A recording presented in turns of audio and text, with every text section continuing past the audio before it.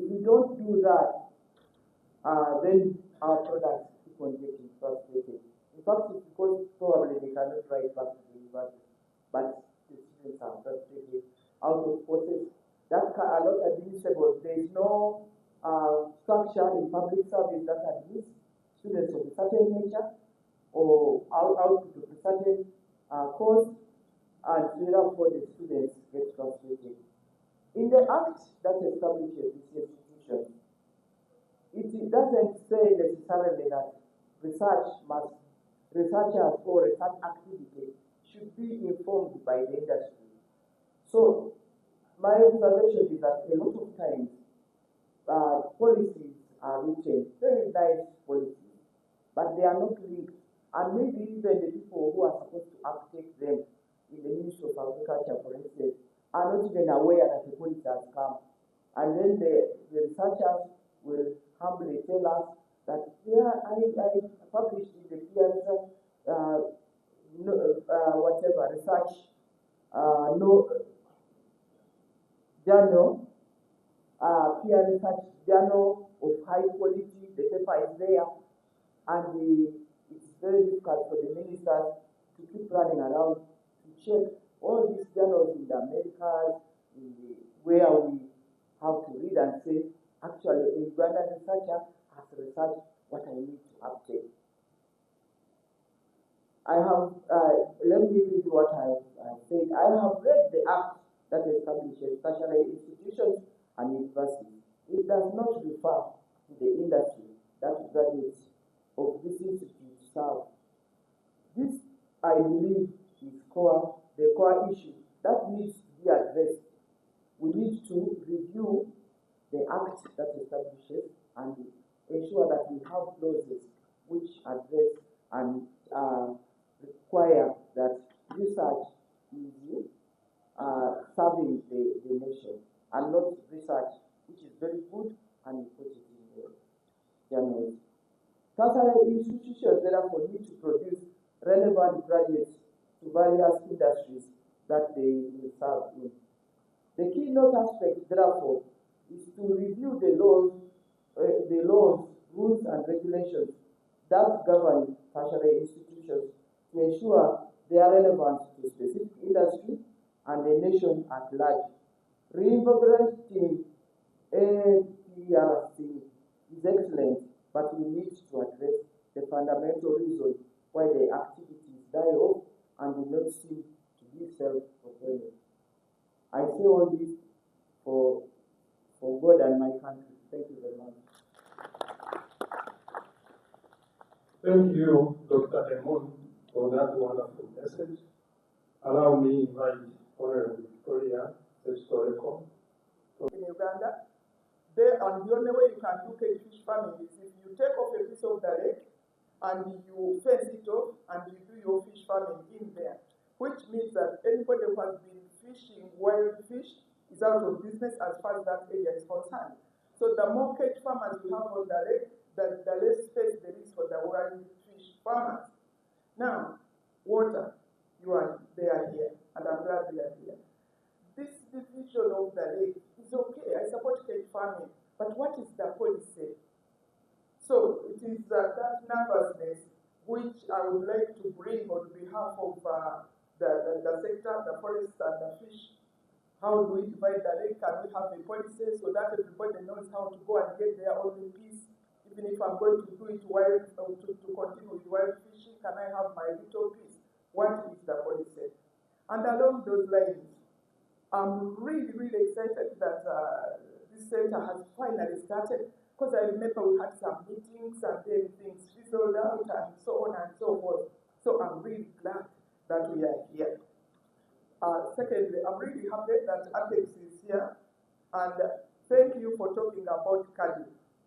When and if this center is up and running, you should be the ones to translate things like CADI into a language we understand. Some time back, I was at a meeting, and when we left, what I saw in the press and what was said at the meeting was very different, but I knew one of the journalists. So I asked him what happened. Then he told me two things. One, Ozungu was too much English. The second one, honestly, I was hungry.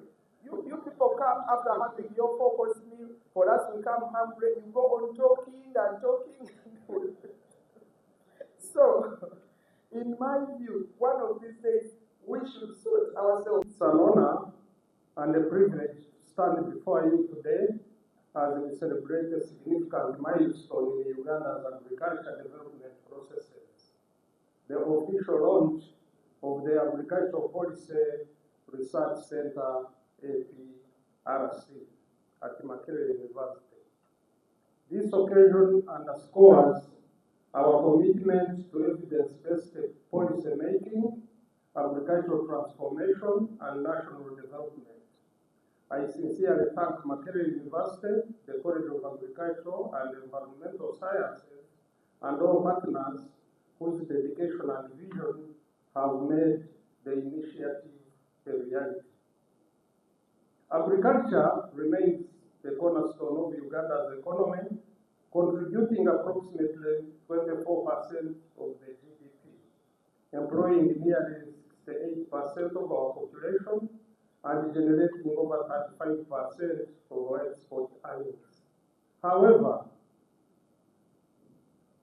despite its immense potential, the sector faces persistent challenges, including climate change effects, low productivity, constrained value addition, limited market access, inadequate financial support, and policy gaps, and several others. Government is committed to addressing all these bottlenecks. Our agricultural and environmental policies must be backed by credible research, evidence, data, and strategic planning if we are to unlock the full potential of Uganda's agriculture and food systems. This is where the Agriculture Policy Research Center comes in. The establishment of this center is timely and critical. It provides a dedicated platform for rigorous research, policy analysis, impact assessment, and multi-stakeholder engagement, ensuring our agricultural policies are data-driven, responsive, timely, and transformative. This will enable us to address existing challenges with precision, innovation, and strategic foresight. For too long, policy decisions in the agricultural sector have often been made without sufficient reliance on empirical data. As a result, we have seen inefficiencies in resource allocation, limited uptake of modern farming technologies, and inadequate implementation of key development programs.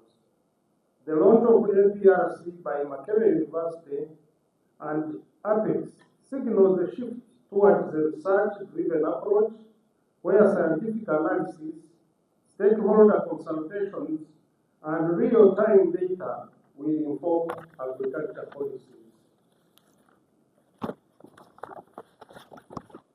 I commend APRC for its commitment to conducting rigorous research, monitoring policy implementation, and facilitating multi-sectoral collaboration. By strengthening the link between research, policy, and practice, APRC will provide timely, relevant, and actionable insights that will help the government and stakeholders develop effective, inclusive, and sustainable policies. Through the Ministry of Agriculture, Animal Industry and Fisheries, the government of Uganda remains fully committed to agricultural transformation, food security, and rural development.